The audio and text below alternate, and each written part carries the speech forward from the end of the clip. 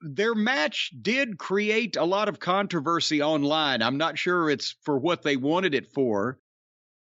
But even when they do something that we normally would say, well, God, at least they're coming to their senses, they do it in such a way that you can't praise it.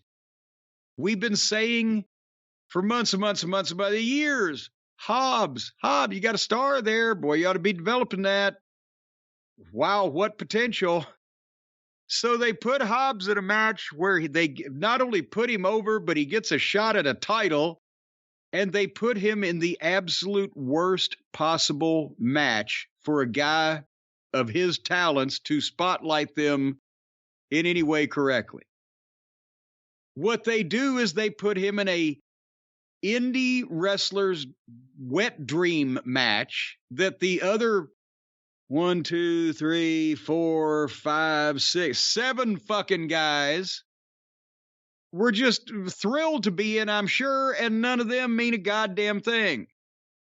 Except for old Take a Shit. Because the people are still into him, but okay, it's Sammy Guevara. And we know what we're going to see here because it's a ladder match. It's Action Andretti, who's already been mostly forgotten. It's Ortiz, who I'd forgotten he still worked there. It was a guy in a mask that was never identified till the match already started. His name is Commander, apparently. Our friend Take a Shit, Eddie Kingston, whose horse has left the barn a long time ago because now he's just floating around. I guess he's pissed too many people off. A.R. Fox and M.R. Wang's his manager, and Powerhouse Hobbs in a ladder match. And whoever climbs one of the multiple ladders and gets the golden hemorrhoid pillow will get a shot at the TNT title next week on television. Again, look at those names, and I know Eddie Kingston is not a high flyer, but apparently, as we'll talk about in a second, they didn't give a shit whether he was in the match or not anyway, and maybe he said, I don't want to be in this fucking match. But otherwise, everybody else fits. Guevara, Andretti, the guy in the mask, AR5, everybody fits. This is an indie wrestling fans, outlaw wrestler, wet dream fantasy match. They can do all the shit with all the furniture and all the stunts. None of it makes a shit. None of it means anything. Nobody's going to remember it tomorrow, but they're going to take the video home and show their friends. So, without even any introductions, so everybody comes off like a job guy, the bell rings, and Kingston and Ortiz get in a fight on the floor, and the other guys start doing shit, but Kingston and Ortiz, well, Brian, you know what they did, don't you? I do. They just fought off. They got in a fight on the floor, and they fought to the back, and we never saw them again. And the announcer actually referred to him about midway through the match. Well, we understand they were pulled apart in the back. So, was that a big angle that was expected to make us want to see a match between Kingston and Ortiz? Or was that just two guys that said, fuck you. We don't want to be in this thing. We might hurt ourselves. What do you think? No, I think it's, those two, work together, but also they're doing something with Eddie Kingston. That's an angle. Well, good. But anyway, everybody else got in a fight on the floor. There were 2 dives in the first 15 seconds. There's multiple ladders. There's a 10-foot ladder in the ring. There's a 15-foot ladder that comes in within the first 2 minutes. And, again, Hobbs looks great in spots in a match like this when he's beating people up. But he's in the ring with children and nobodies. And it looks bad when he's in this mess. And they tried to turn him heel, but the people were loving him here, throwing people around because that's impressive, and there's no reason to dislike him because they probably can't even remember how he turned heel. And then, they do dives by the gymnasts, and the lucha guy walks the top rope corner to corner and dives on everybody. Why? Since everybody else was out on the floor, theoretically, you could have just got the ladder and won the fucking match, you stupid idiot. But instead, you do something fancy and jump on everybody and go out there on the floor where you can't win either. It went about 6 minutes, seemed like an hour. They went to the break. And they come back with more of the ladders. There's a ladder propped on the ladder, and they're doing a teeter-totter ladder balance with the ropes and the ladder in the ring and the ladder on the apron on the barricade, and they're taking bumps on them, and they're using chairs now in front of the referee because, of course, now ladder match, no DQ, lazy booking. Was Razor Ramon and Shawn Michaels a no disqualification match, the ladder match at WrestleMania? I don't remember that stipulation being announced. I mean, there were no rules implied, but it wasn't a no disqualification match because it didn't have to be, because they already had a gimmick. We're not going to put a hat on a hat. They can use the ladder. The ladder's legal. So they still can't go out in the fucking crowd and grab a handgun out of some woman's purse and bring that in, because that's not part of the match. Again, all the marks and the outlaws and the indie-minded goofs that have taken over not only this company, but all the companies, think that everything's no DQ if you've got a stipulation on a match that doesn't have anything to do with whether it ought to be no DQ or not. Because that's an excuse for the guys to take shortcuts and do shit that doesn't make any fucking sense. And that's all they want to do. And that's what this fucking was. And it was shit for 25 minutes on national television. Using chairs, no DQ. Then old Action Andretti tried to give the Falcon Arrow. The fuck name is that? The Falcon Arrow. To Sammy off a ladder onto a ladder, and they fell off and almost killed themselves. And they take forever to do the fake-looking setups so they can take more ridiculous bumps. Then Daniel Garcia, the Rock's ex, just jumps in and joins the match and beats up Andretti and take a shit in front of the referees because it's no disqualification. Then why didn't you go out and hire a bunch of crackheads that need money to come and follow you in, and as soon as the bell rings, just have all the crackheads beat your opponents up? So Garcia comes in and beats them up, and then Garcia and Sammy put Action Andretti on the ladder, and Sammy climbs to the top of another ladder, and they're out on the floor, and he does the senton off onto Action on the ladder for no reason. Hurts them both. And the ladder ain't going to break because it's metal. There's no reason for while everybody else in the match is laying around trying not to win, Sammy's got, and tell everybody he's crazy first by spinning his finger. Well, are you a baby face? You fucking grinning little goof. I've had enough of you too while I'm thinking about it. You smarmy, slappable-faced idiot. Which one? Sammy Guevara. He's fucked up a number of goddamn positions where he was really popular and really over, and it wasn't just because of the booking being bad that he's not anymore and that he lost those spots as a babyface and a heel. It's because of his stupidity. And now he's a heel, but he still wants us to know that he's crazy, so we'll cheer for him when he does something cool because he's crazy, but he's supposed to be a heel. He don't know what he is. And he got trouble running his fucking dick licker. He ought to shut his pie hole every once in a while and concentrate on trying to make money in this business instead of being a fucking stunt man. I'm about fed up with him too. So then Garcia pushes Sammy up the ladder. The guy that's not even in the match is pushing the guy that's in the match up the ladder, but then Take a Shit pushes that over, and all they go over. And now Take a Shit's climbing, and the people want him to win. They're up for that. But Hobbs knocks him over with the ladder. And in the process, as Take a Shit falls sideways, takes the ladder over, it fucks up the ladder leg. Now, besides the fact that there is a good, taller ladder in the corner on the floor, just right in the corner of the ring there, Hobbs starts climbing the bad ladder, and he calls the referees in and says, hold the ladder. And this started an entire controversy. And before we get to that, let me just say that at home, I'm sitting there thinking, well, he needs a bigger ladder. And he's the tallest guy in this fucking match. But they have different size ladders. I don't see how he's going to get what he needs to get using this ladder that's now broken on top of that. But the referees come in the ring and they all squat down and hold the ladder while he starts climbing. Let's go into the controversy there. All of the people who have eyesight and common sense said, well, isn't this some kind of fucking flea market bullshit?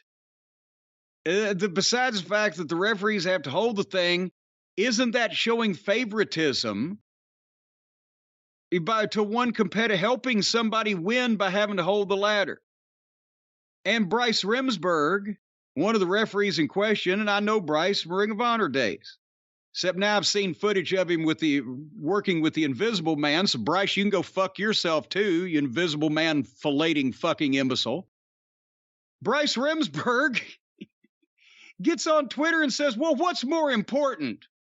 Looking like that it's predetermined or favoritism, or helping a coworker stay safe? Like they're doing fucking fire drills working at Target, my coworker. And of course, the pussy AEW crowd that doesn't mind when wrestling looks fake because that's the way they think it's supposed to look because of the people that they like all look fake.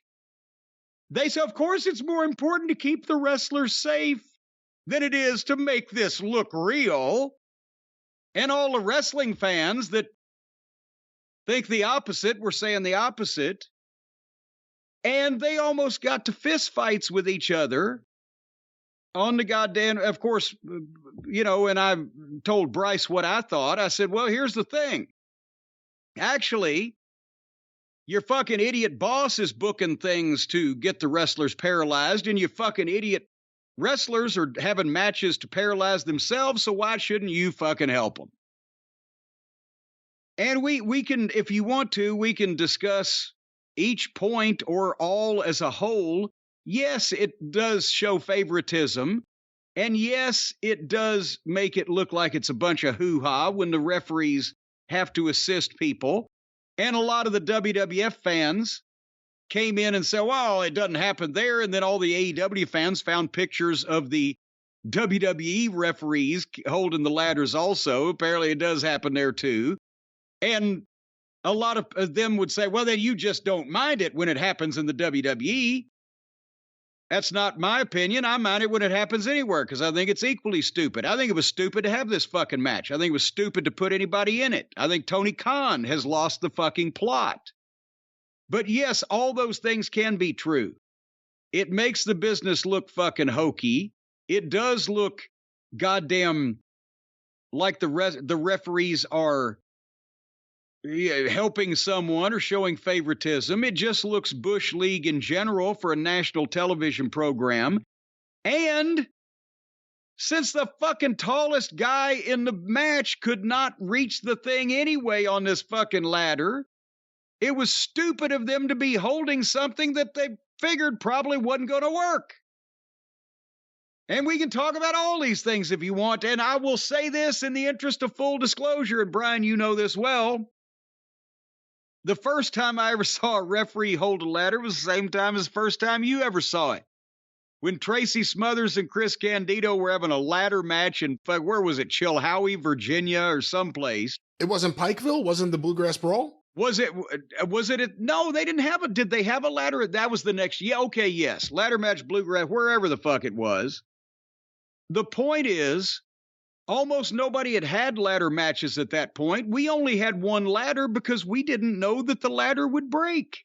The ladder's metal. There's been I've seen 3 ladder matches, all of them involving Shawn Michaels and Razor Ramon. 2 in a house show and 1 at the fucking pay-per-view. And so we had one ladder. And when they got to the finish, the leg on the ladder snapped. So Hildebrand held it so that they could do their deal. And then we went and got a backup ladder whenever we did that again. And so, yes, in that case, I was guilty also. But now that everybody can't stop doing ladder matches, even though nobody's clamoring to see more of them and none of them make any sense, and the stipulation is just thrown on to people without any reasoning for it, they've got a dozen fucking ladders. And so, but this thing, the referees are holding the ladder. Hobbs, the tallest guy in the match, goes up and can't reach the hook to get the fucking hemorrhoid pillow off of the hook or the deal without going to the very top step. Now you've got a 6 foot, 3 or 4, whatever he is, 275-pound guy standing on the very top step of a broken ladder in a wrestling ring being held by 5 measly little white boy referees. With his hands over his head. With his hands over his head. And now he's stuck. Once he got the thing and the people cheered, now he realizes, I cannot get down. And you saw it on his face. And he's looking, he doesn't know what to do. And you see him look down at the referees, hold this fucking thing. And he looks, and they're keeping a close-up of him, so it just looks like he's looking at his dick. They didn't want to shoot the referees, but he finally figured out a way to get a foot back onto the next level down where he could get some kind of balance. And when he got down to the second rung from the top where he could hold his hands out, the people gave him a round of applause for coming off the top of the ladder without killing himself.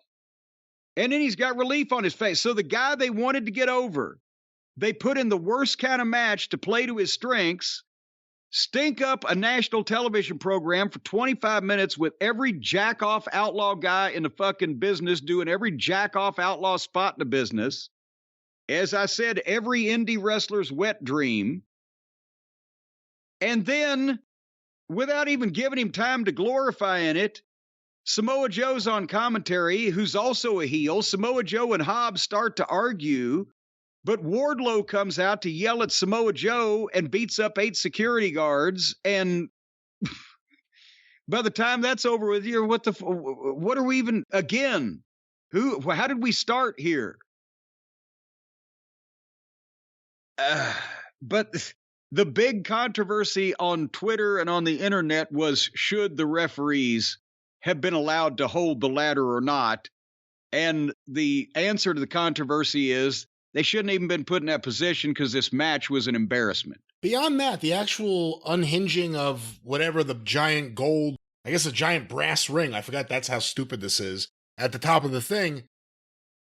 At no point earlier in the day did anyone set up the ladder and see if anyone could reach it. Because like you said, he was the tallest guy in the match. He had to go to the very top, put his hands above his head. He has, give him credit. He must have great core strength. Good Lord. Because a lot of people, most people would have fallen off that fucking ladder. And after wrestling that match and not getting dizzy, looking up like that with both your feet together on a ladder in the middle of a fucking cavernous airplane hangar-like building, the vertigo. I mean, afterwards, it's amazing too. He did it. He should have gone back and beat the teetotal shit out of everybody involved in setting that match up. But they had a bigger ladder, but then you've got a 275-pound guy trying to climb a 15-foot ladder like he works for the fucking telephone company or some roofer or something. It's ridiculous. Just because you're a mark, a basement, neck-bearded mark of the worst. You're not a wrestling fan, you're a mark.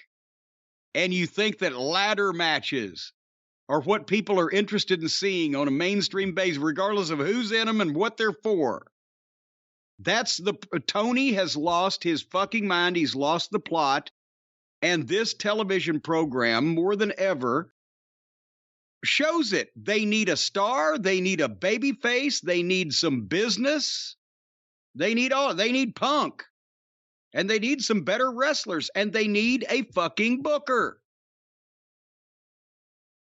And it was obvious with all of this at one time that those three things are very necessary at this point. And It can continue to fall to shit, or they can recognize that and address some of it. Go ahead. It feels like AEW in a lot of ways is reverting back to a lot of the things that we saw in the early days of the show. When the crowd was hot, when people were really into the idea of the alternative, they put so much garbage on the TV show and on the pay-per-views. The Legless Boy. Battle Royals, endless ladder matches, and they get tag team battle royals, just all of these things, people everywhere. They're doing it again on their show, and that's the thing. You can kind of compare this to what we've seen in the past. It's just not resonating the same way anymore. Well, that's good. It wasn't any good the first time around. It was a bunch of indie darlings who weren't ready for television, but the people thought they were, and they were excited at what was going to come. And boy, everything's going to be great. And now 3 years later, they're trying to shove either the same exact people or the same concept of shit. The fucking Peter Avalons of the world and the Legless Boys and the fucking, remember Jelly Nutella was on national TV for some reason at some point. They're trying to do that again with talent that's not ready for national television, that doesn't look visually ready or is not ready experience-wise, or in some cases never will be ready. But now it's not like, oh, it's a brand new company and we hope for great things. They've seen what they've got for the last 3 years. And it's starting to look like some of the shit they were seeing a year and 2 years ago is a lot better than what they're seeing right now. So they're not reacting to the same gags from these, comedy, cosplay, and nitwits that they were at the start, because it's not all new and fresh and it's exciting. It's now, wait, we're going back to this again after we had some steak for a while? You know what? It's what you eat, Brian. It's what you eat. It's what you consume. It's what you get used to. It's what you put in your gut. There are a lot of these things, a lot of these analogies that we could draw, but it starts out with good gut health. I just said Powerhouse Hobbs must have incredible core strength. I got to think to be up there. He's got guts, and he showed it. Boy, howdy, I'll tell you what he did. He's got the guts. And we're not talking blood and guts like Plumber Moxley. We're talking about good intestinal health. And we've talked about my colon, and we've talked about the way that people care for colons over the United Kingdom. You can care for your own colon without having to have other people coming in and out, bringing in equipment, possibly tracking up the carpet, making tracks in the mud, wherever that might be located. You don't want that kind of thing. You want to be able to do this yourself, or your stealth. You want to be able to stealthily do it yourself so that no one knows that you're doing it. And the way you start with gut health, well, where do you start? Let me clarify this. Brian, did you know that there are over 3.8 million posts on Instagram tagged #GutHealth? Oh, no. Did you know that? I did not know that, no. Did you know that a staggering 653.7 million videos on TikTok are on gut health? I certainly didn't. How would I know that? I mean, where are we supposed to be getting these facts? I'll tell you in a second. But did you know that a quick Google search will yield you over 29.7 million news results about gut health, probiotics, and the microbiome phenomenon that's taken over conversation, headlines, and hashtags around the country and around the world? Were you aware of this? I wasn't. That I've had so many conversations about microbiome, so I don't know what I'm missing here. Well, that's because you haven't been talking to our friends over at Seed. See, I've gone to Seed, and I've talked to them, and I've asked them what's going on, because I really didn't understand it. I thought it was all gibberish.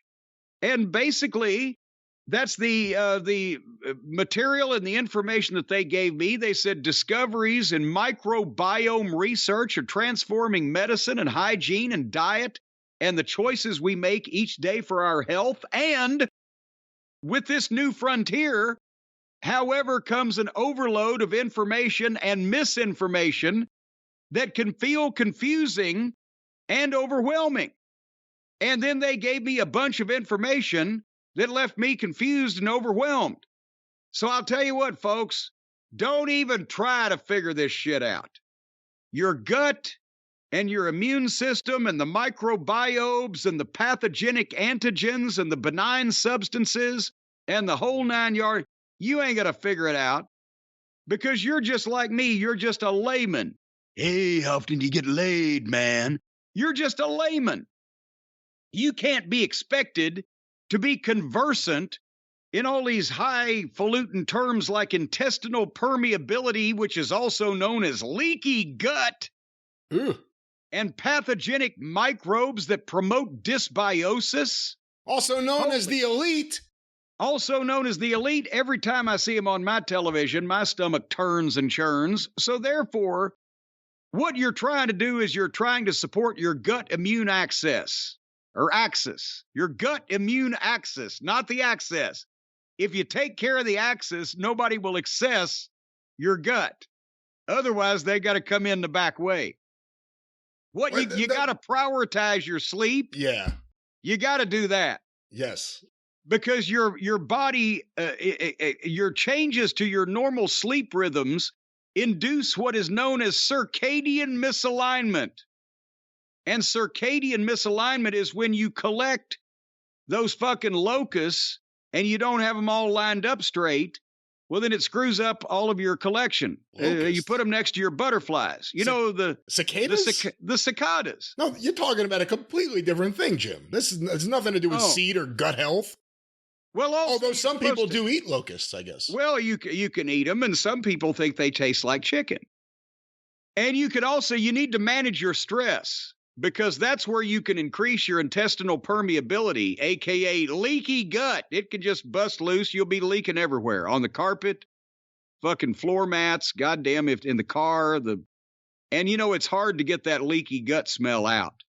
And increase your daily fiber intake. And we've been talking about this. I've been eating more fiber and more farber. And I haven't had a chance to eat old Faber yet, but I'm working on him. But certain fibers are fermented by gut microbes and biotransformed into short-chain fatty acids, which helps maintain immune health and regulate anti-inflammatory and antioxidant responses. Do you want to learn any more about this? No, you don't. I do. You don't need to learn a goddamn thing. You need to learn who to trust. And that's our friends at Seed. Because you could read this shit that they gave me from now till the cows come home, and you wouldn't know shit from apple butter about what they're talking about, because they're smart people that have studied this, and they have also got scientific proof and or scientists behind this. And many of the scientists have approved this of their own free will. It's only a few of them that their families are being held just because they got a little cranky. But the scientists are behind this stuff, and so are the doctors, at least the ones that they've compensated. And we can now tell you that you will have good gut health and just a clean life all around, and your turds will smell better if you go to You can't guarantee that. You can't guarantee that. Don't say that. Well, it's a pretty good assumption, though. It's not guaranteed. Well, from what I've been sniffing around finding out. If you're making assumptions about turds, you're making an ass of you and me about turds. Well, I've gone to several different places around town and smelled the bathrooms, and I'll tell you, there's a distinct difference. How do you know who in the bathroom is using Seed and who isn't? You wouldn't know. I'm dealing this shit part-time. So anyway, right now you go to seed.com. That's SEED.com. What? Wild card. Wild card, bitches. Seed.com/Jim and use the code JIM. That's JIM. My name, to redeem 20% off your first month of Seed's DS01 Daily Synbiotic. That's seed.com/Jim. Use the code JIM. 20% off your first month of Seed's DS01 Daily Synbiotic. What are the ways it will help you? I don't know. I can't read all these big words, but I'll tell you what, they got doctors and scientists working on this stuff, and if you can't trust them, well, who the hell can you trust? So right now, start the Daily Synbiotic to help your gut and your health and your stomach and your digestion, and you won't leak rotten shit out your ass that'll ruin the upholstery of your car. Seed.com Drive-Thru.com/Jim. Use the code Jim, 20% off. Take this shit soon before it's too late.